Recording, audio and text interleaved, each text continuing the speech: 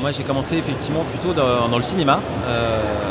J'ai commencé par réaliser un long métrage aux États-Unis qui s'appelait Dead End, qui est sorti en 2003, ce qui ne nous rajeunit pas.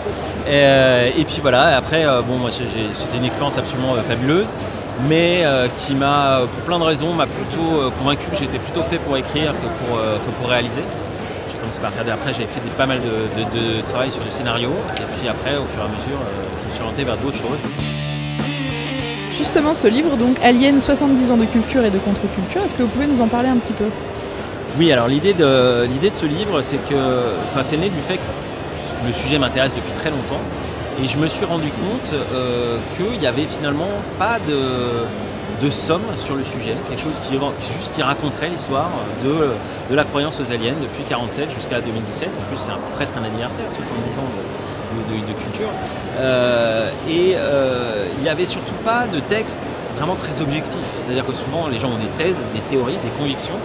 Et voilà, ils essayent de les défendre, ce qui est très bien. Mais moi, ce que je voulais, c'était plutôt faire un tour d'horizon sur tout ce qui a pu être dit sur le sujet, comment c'est né, comment ça s'est développé, comment cette idée s'est enrichie, et surtout faire le lien avec tout ce qui était fiction.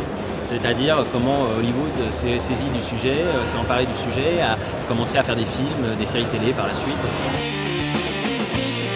Et vous, quelle est votre théorie justement, votre positionnement par rapport aux aliens? Alors moi je me suis prudemment abstenu de donner mon avis parce que je pensais que c'était important justement de garder ce décalage. Je me suis même adjoint deux petits bonhommes en fait dans le livre, dans les marges du livre, avec un qui est plutôt un croyant et un peu conspirationniste et qui croit vraiment aux extraterrestres et qui pense vraiment qu'ils sont parmi nous, et un autre qui au contraire est beaucoup plus sceptique. Je dirais que moi, ma sensibilité personnelle, elle tombe entre les deux, c'est-à-dire que l'intérêt pour le sujet me fait avoir envie de croire qu'il y a quelque chose, en tout cas. Mais par contre, je reste convaincu qu'on est vraiment dans des notions de croyance, et que pour l'instant, en tout cas, à l'heure actuelle, il n'y a pas de preuves, ni dans un sens ni dans l'autre.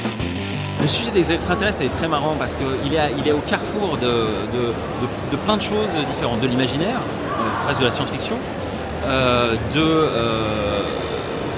fantastique, on va dire, presque. Il y a beaucoup de films sur les aliens qui sont en fait des films d'horreur. Il y a également toute une partie presque ésotérique, parce qu'il y a quand même une grosse inspiration qui vient de mouvements antérieurs. On pourrait presque dire que les aliens ont remplacé dans notre imaginaire les fantômes et les esprits des spirites au XIXe siècle. Et puis il y a un côté scientifique, c'est-à-dire qu'effectivement, quand il va y avoir des missions qui partent sur Mars ou qui partent explorer des comètes, le gros enjeu, avoué ou pas, mais souvent avoué d'ailleurs, c'est est-ce qu'on ne pourrait pas trouver de la vie, de l'origine de la vie ou de la vie qui aurait existé.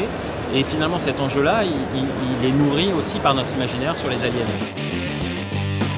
On voit que l'évolution de l'imaginaire qu'il y a sur les aliens, ça correspond assez bien et curieusement bien à l'évolution de l'ambiance, je dirais, de la guerre froide jusqu'à nos années un peu conspirationnistes.